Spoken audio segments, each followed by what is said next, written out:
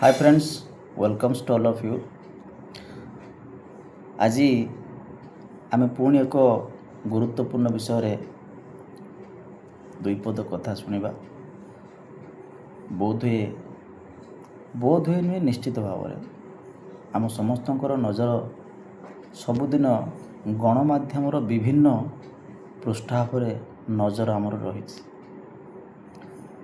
तो गणमाध्यम विभिन्न पृष्ठा ओलटाइला बेले केतेबेले ना केतेबेले यौतुक एवं यौतुक जनित निर्यातना ये कथाटी आम नजर को निश्चित भाव आसीथिबो। ए संपर्क में किबा धनी किबा गरीब किबा शिक्षित किबा अशिक्षित प्रत्येक वर्गर व्यक्तिविशेष पाखरे कोट ना कोटी ये यौतुक एवं यौतुक जनित निर्यातना संपर्कित विभिन्न घटना दुर्घटना आम नजर को आसी।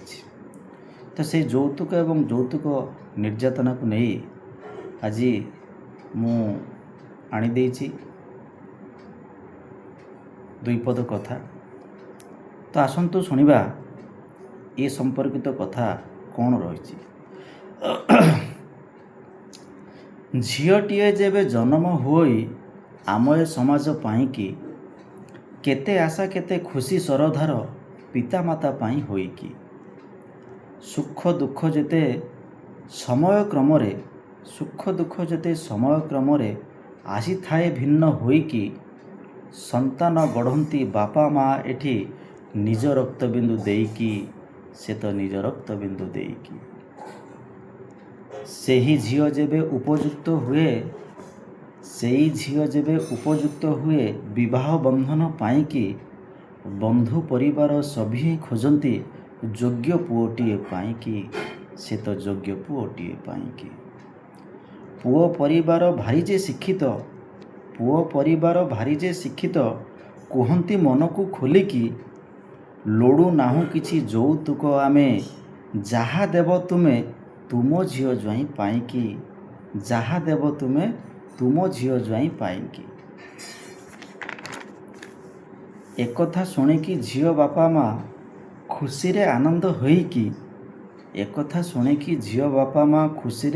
होईकि केते जन्मर कोटि पुण्य फल एपरी बंधुटे पाईकि आमे एपरी बंधुटे पाईकि बड़ आडंबरे विवाह उत्सव समापन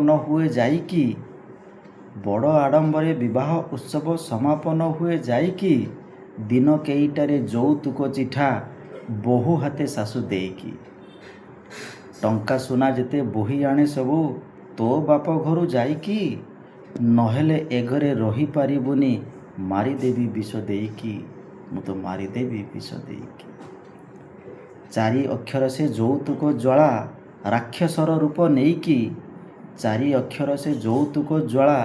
राक्षसर रूप नेईकि अमनिष साजे मनीष शरीर निर्यातना केते देईकि से तो निर्यातना केते देईकि केते जे निरीह निष्पाप जीवन जाए छटपट हेईकि आहा पदे एठी किए कहिबाकू नाही एते निर्यातना काहीकि एठी एते निर्यातना काहीकि यौतुक कौन एते आवश्यक विवाह उत्सव पाईकि समाज रे यह व्यापी सारिलाणी सामाजिक व्याधि हेईकि ए तो सामाजिक व्याधि हेईकि ए मनीष केबे सुधरिबो नाही आईनीर छाट खाईकि ऊपर बालार न्यायालय पाखे खसी पारे नाही जाईकि से तो खसी पारे नाही जाईकि। दर्शक बंधु, ये यौतुक संपर्कित कथा एठी सरिला। आशा कोठ ना कोठी आपनक मन को कथाटी छुईब। सांप्रतिक परिस्थिति रे आम भितर अनेक परिस्थिति रे ମଣିଷ ପଣିଆ ଲିଭି ଲିଭି ଯାଉଛି। ତା ଭିତରେ ଅନେକ ବ୍ୟକ୍ତିବିଶେଷ ସଂସ୍ଥା ବିଭିନ୍ନ ପ୍ରୟାସ କରୁଛନ୍ତି ମଧ୍ୟ ଏ ମଣିଷ ପଣିଆ ପୁନର୍ଜୀବିତ କରିବା ପାଇଁ। ସେହି ଭିତରେ ବିଭିନ୍ନ ସଚେତନତାମୂଳକ କାର୍ଯ୍ୟକ୍ରମ ହେଉ, ସଚେତନତାମୂଳକ ବାର୍ତ୍ତା ହେଉ ଏବଂ ବିଭିନ୍ନ ମାଧ୍ୟମରେ ଅନେକ ବ୍ୟକ୍ତିବିଶେଷ ପ୍ରୟାସ କରିଛନ୍ତି। ତ ସେଇଭଳି ଗୋଟିଏ ସଚେତନତାର ଛୋଟିଆ ପ୍ରୟାସ ଲୋକମାନଙ୍କ ମଧ୍ୟରେ ଆଣିବା ପାଇଁ ଆମେ ଚେଷ୍ଟା କରିବା। ଯାହା ହଉ, କଥାଟି ଆପଣଙ୍କୁ ଭଲ ଲାଗିବ, ଲାଇକ୍ କରିବେ, କମେଣ୍ଟଟି ନିଶ୍ଚୟ ଦେବେ। ରହିଲି, ଜୟ ଜଗନ୍ନାଥ।